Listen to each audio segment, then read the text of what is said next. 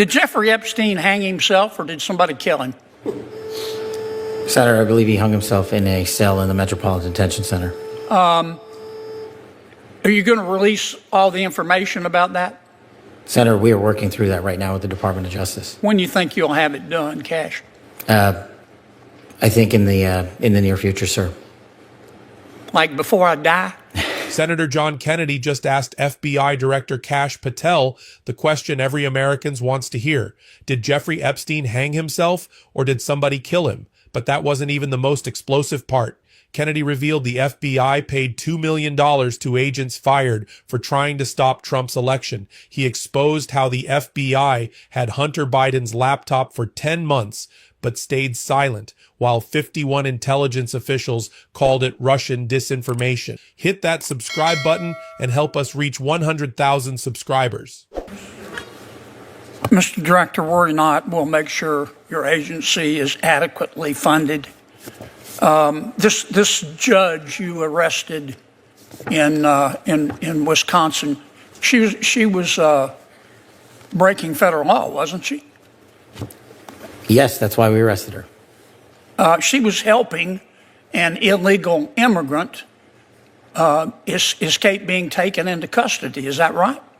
Yes, and the field agents decided to open the case, work the case. And as Americans, do we get to pick and choose which laws we want to follow? We do not. If you're a state court judge, do you get to decide you don't want to follow federal law? No. And if you violate federal law, you get arrested, don't you? Yes, Senator. That's called equal treatment under the law, isn't it? Yes, Senator.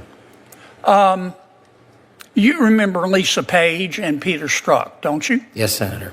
Mr. Strzok worked for the FBI. Mr. Strzok worked for the FBI. I think Ms. Page worked for Justice. The Inspector General found in its investigation that they hated President Trump and they really wanted Secretary Clinton to win. Is that true? That's correct, sir. And this would be the same same Ms. Page who sent an email to Mr. Strzok with whom she was having an affair. Trump's not ever going to become president, right? Right? And Mr. Strzok with the FBI, senior official at the FBI replied, quote, no, he won't. We'll stop it. Did I read that correctly? You did, Senator. Okay. Now, Ms. Page got quit before she could get fired. Mr. Strzok was fired. And predictably, they filed a lawsuit because in Washington, it's easier to divorce your spouse than it is to fire a federal employee. Why did the FBI give Mr. Strzok $1.2 million and Ms. Page $800,000 to settle a lawsuit? Senator, I do not know that settlement was reached in the prior administration. Who made the decision? The prior Department of Justice. Who in the prior Department of Justice? The settlement for that kind of case can only come from the Attorney General, which would be Attorney General Merrick Garland. So the Attorney General decided to give Mr. Strzok $1.2 million and Ms. Page $800,000 after they were fired after actively interfering in the 2016 election. Is that right? My understanding is that was a settlement they agreed to. Pass me the sick bucket, please. The Hunter Biden laptop. In October of 2016, shortly before the election, the New York Post wrote a story that was widely covered talking about Mr. Hunter Biden's influence peddling scheme based on his laptop. A couple of weeks later, Secretary of State, soon to be Secretary of State, Antony Blinken, organized a group of 51 so-called intelligence experts. Had some real rock stars on the list. Jim Clapper, John Brennan, Michael Hayden, Leon Panetta, and they said, oh, no, the story in the New York Post is not true. It's based on Russian disinformation. You remember that? I do, Senator, as the lead investigator for Russiagate for the House Intel Committee. Yeah, yeah. The FBI had had the laptop for 10 months, hadn't they? They did, Senator. So the FBI knew right before the election that it wasn't Russian disinformation, didn't they? And that was confirmed by the Inspector General's report. Yeah. Who at the FBI refused to let the FBI tell the American people the truth? I don't have that name in front of me, sir. Well, would you look? I will, sir. I'd like to know. I'd like a name, not a division. I'd like the name. Person with a brain and a beating heart.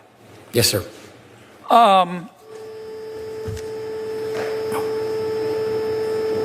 Did Jeffrey Epstein hang himself or did somebody kill him? Senator, I believe he hung himself in a cell in the Metropolitan Detention Center. Are you going to release all the information about that? Senator, we are working through that right now with the Department of Justice. When do you think you'll have it done, Kash? I think in the near future, sir. Like before I die? Senator, we've been working on that, and we're doing it in a way that protects victims. In the middle of a wide-ranging interrogation covering FBI misconduct and election interference, Senator John Kennedy asked FBI Director Kash Patel the question that millions of Americans have been asking since August 2019. Did Jeffrey Epstein hang himself or did somebody kill him? It's a question that has haunted public discourse for years, spawning countless theories, investigations, and deep skepticism about the official narrative. Epstein, a convicted sex offender with connections to some of the world's most powerful people, was found dead in his cell at the Metropolitan Detention Center while awaiting trial on federal sex trafficking charges.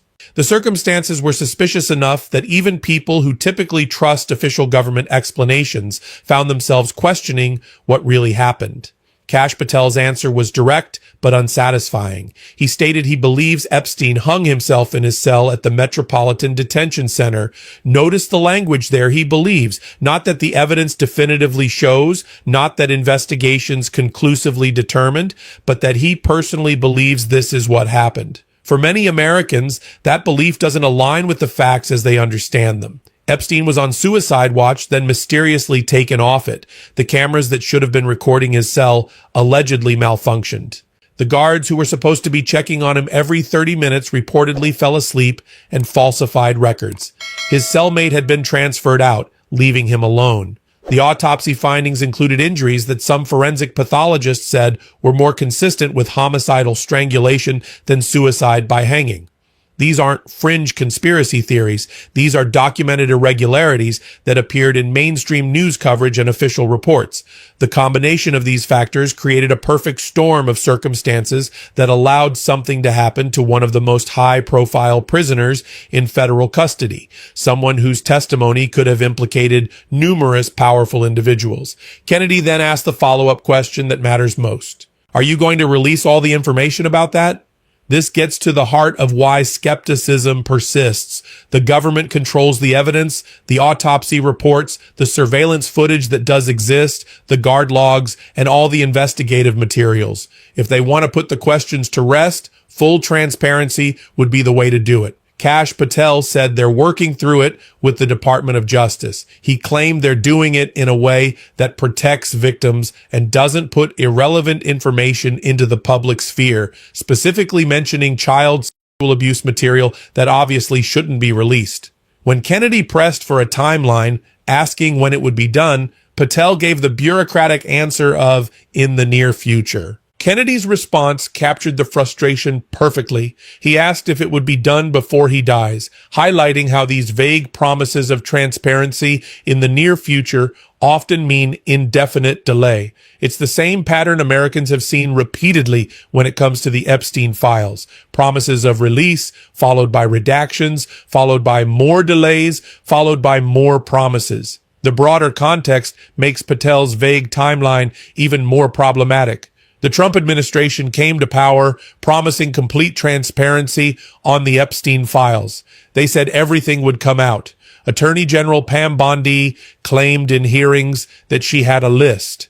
Director Kash Patel himself had made statements suggesting full disclosure was imminent. The question of whether Epstein was murdered or took his own life may never be answered to everyone's satisfaction. But the question of whether the government will be transparent about what they know, what evidence they have, and what really happened in that cell should be answerable. You're watching Inside Politics. Hit subscribe and help us reach 100,000 subscribers and comment your thoughts.